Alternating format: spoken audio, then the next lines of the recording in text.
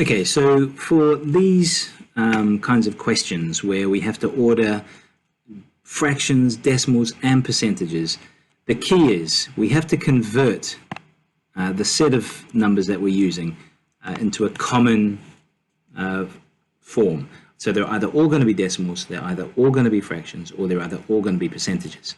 So one of the easiest things to do probably is to, if you're a calculator, is to use a calculator and convert them all to decimals. So we've already got 0.4, so 7 divided by 15 will give us 0.46, so write that down.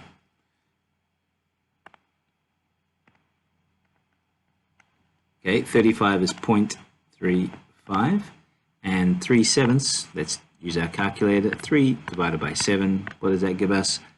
0.428. Okay, we only need 0.42. Okay, so we can immediately see here that the smallest of all of these is 35%. Don't write 0.35. This is the number we're being asked to evaluate. So 0.35, 35%. Next is 0.4.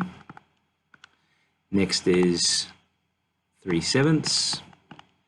And last of all is 7/15. And that's how you do those. Just be patient. I'm going to convert these, so it's 0.7, 0.75, 0.6, and 0.66, right?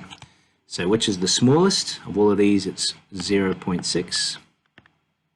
So that's done. Then 1 2/3 is next.